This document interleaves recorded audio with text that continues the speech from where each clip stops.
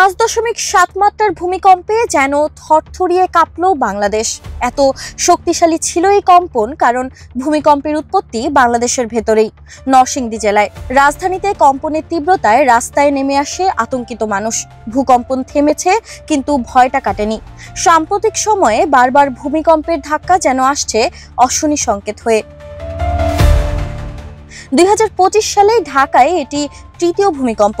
এর আগে 5 মার্চ 5.6 মাত্রার ভূকম্পন অনুভূত হয়েছিল। বিশেষজ্ঞরা বলছেন বাংলাদেশ সক্রিয় ফল্ট লাইনের উপর অবস্থিত।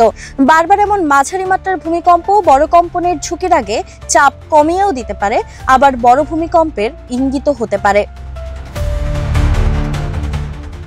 বাংলাদেশে বড় ভূমিকম্পের ঘটনা নতুন নয়। সব ক্ষেত্রে বিস্তারিত তথ্য না মিললেও গত 1 শতাব্দীতে বড় বড় কয়েকটি ভূমিকম্পের কথা জানা যায়। 1918 সালে সিলেটে প্রায় 7 মাত্রার মতো শক্তিশালী কম্পন অনুভূত হয়েছিল। Bashundhara public school and college 2026 শিক্ষাবর্ষে ভর্তি চলছে। আর ক্ষয়ক্ষতি ছিল ব্যাপক। 1997 সালে 6.1 মাত্রার কম্পন আতঙ্ক ছড়িয়েছিল চট্টগ্রাম শহর জুড়ে। 2004 সালের ভারত মহাসাগরে সুনামির সময় সাগরতলের কম্পন বাংলাদেশেও অনুভূত হয়েছিল।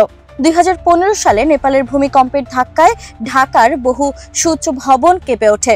2017 সালে রাঙামাটিতে 5 মাত্রার ভূমিকম্পে পাহাড়ি এলাকায় ফাটল ধরে। 2023 সালেও সিলেট ও ঢাকায় একাধিক মাঝারি মাত্রার ভূকম্পন হয়েছে। ভূমিকম্প কখন হবে সেটা আগে থেকে আঁচ করা কঠিন, তাই কম্পন যদি শুরু হয়েই যায় মাথা ঠান্ডা রেখে ভবন থেকে বেরিয়ে আসার চেষ্টা করুন। তবে লিফটে উঠবেন না, বরং ফায়ার এস্কেপ ব্যবহার করুন। বাইরে বেরোতে পারলে ভবনের খুব কাছে না থেকে খোলা জায়গায় গিয়ে দাঁড়ান। আর বেরোনোর যদি সুযোগ না থাকে তবে টেবিল বা শক্ত কোনো আসবাবের নিচে আশ্রয় নিন। ভূমিকম্পের সময় শান্ত থাকুন, নিজে নিরাপদে থাকুন, অন্যকে নিরাপদে রাখুন।